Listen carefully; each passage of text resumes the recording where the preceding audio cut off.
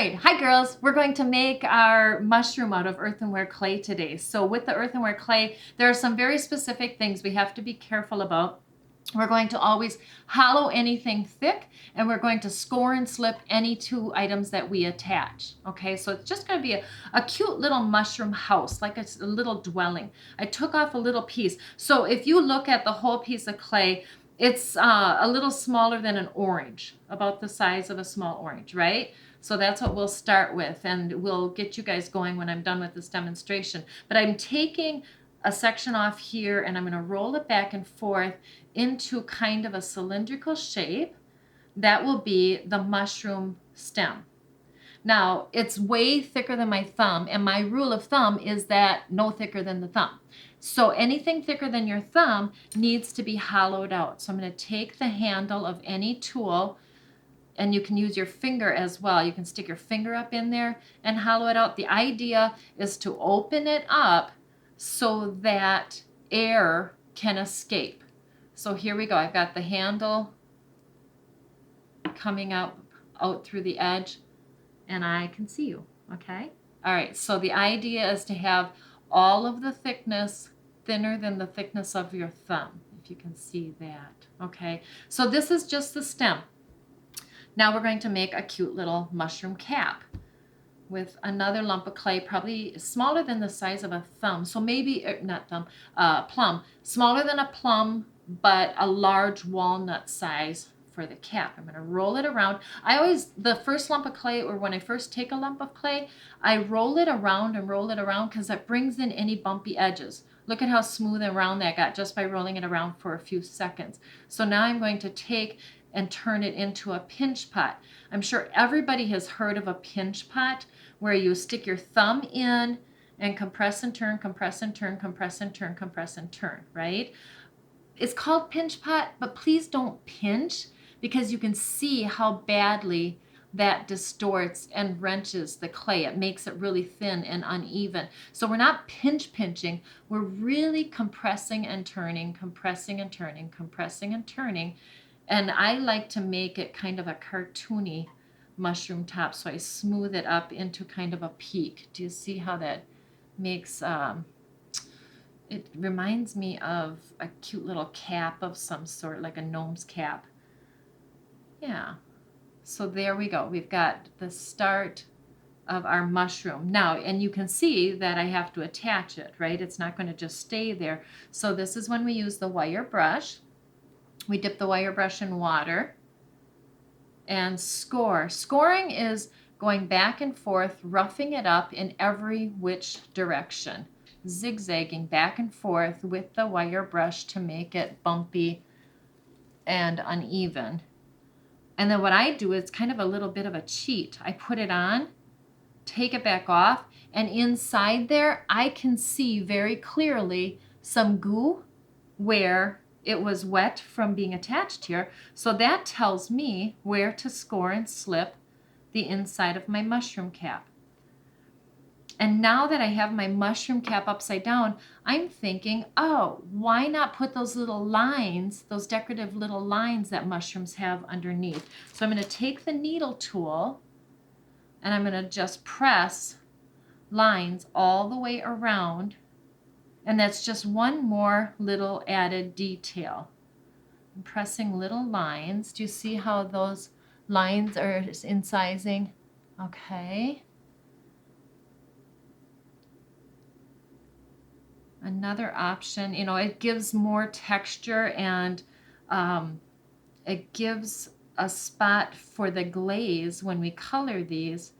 It gives a spot for the glaze to fall into and deepen those areas, adding to the quality of the piece. So I'm going to stick that on. So I've scratched and wet it.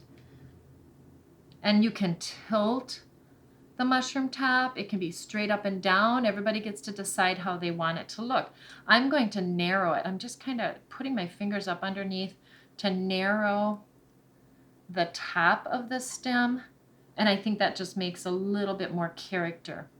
And the other thing too is we don't want it to be tippy. So if the base is too narrow, it could possibly tip over.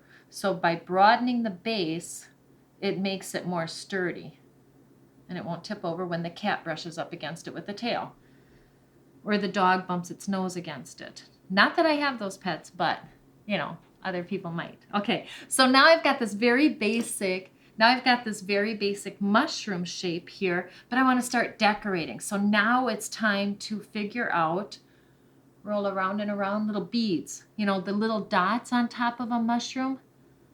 You can just make little, okay, so I always think of rolling a booger. You take a tiny bit of clay, put it in your fingertips and roll it around and around. I've seen people do this all the time. I've never had to roll a booger, but I've seen other people do it.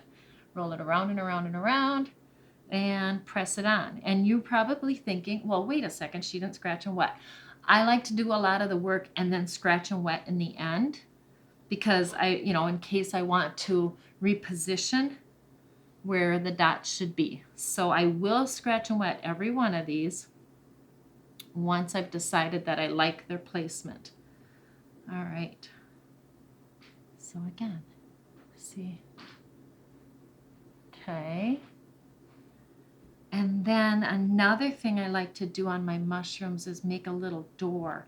I'll take a tiny piece of clay, no bigger than a peanut, maybe an almond, a shelled almond shape or size, roll it around and again, around and around, because that always brings in those bumpy edges, and then flatten it. And it can be flattened on your board, or you can just flatten it in your fingers because it's such a small piece of clay.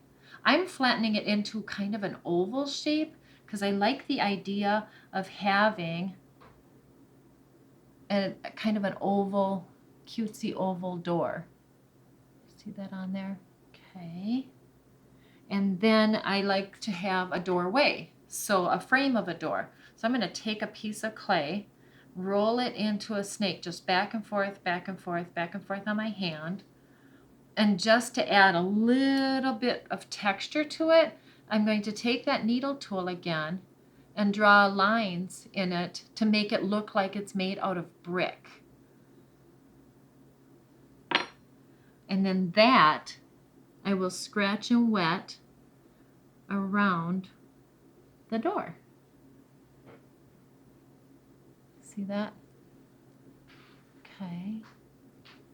And then, of course, a doorknob or some sort of a latch. Maybe it's going to be a long handle. Maybe it'll be a little round doorknob. You decide. But again, it's a tiny, tiny little bit that you roll around in your fingertips. And then scratch and wet that on. And if you want a window on your door, certainly take your needle tool and you can draw that in.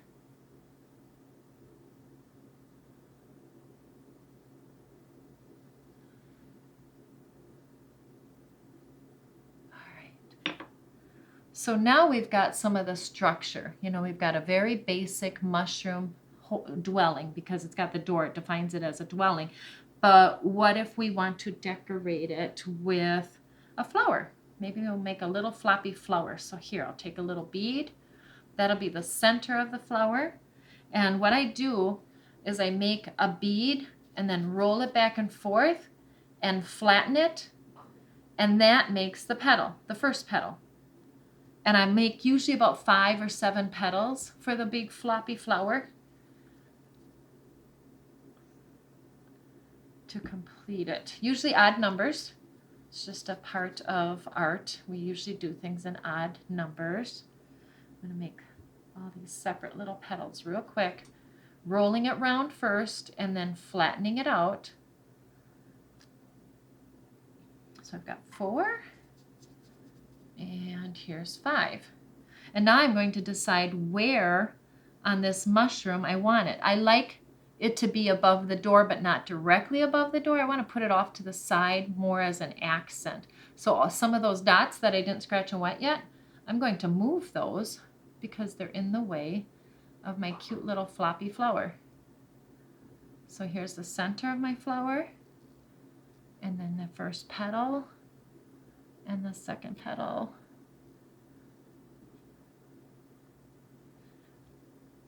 Now, to me, that looks a little sparse. That flower needs a little bit more, doesn't it? Yeah, so now I'm going to add a couple more petals because it's just not quite enough.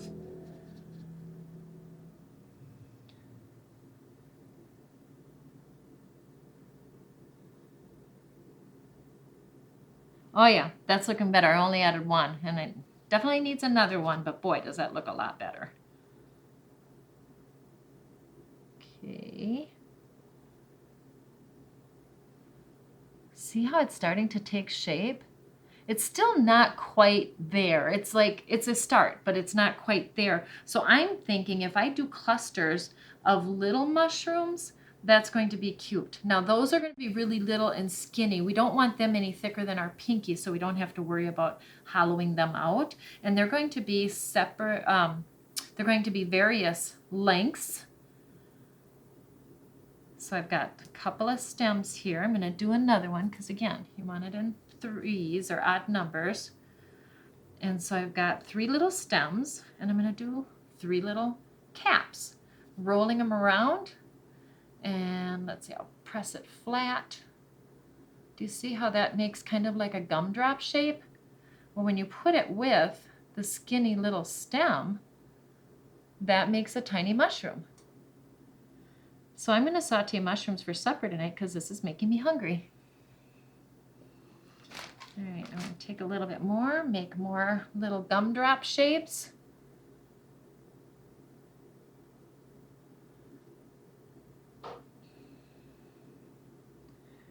And one more gumdrop for the next mushroom stem.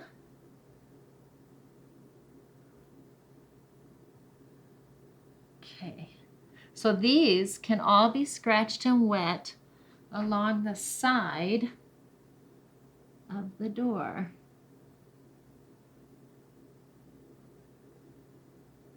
There. So there's lots of different possibilities. You can make a ladybug and put it on top. You can make other little flowers. You can make a little gnome-like creature peering out of the window. So this is a good start. And what I'll do is I'll unmute you girls so that you can ask me any questions in case there's any questions.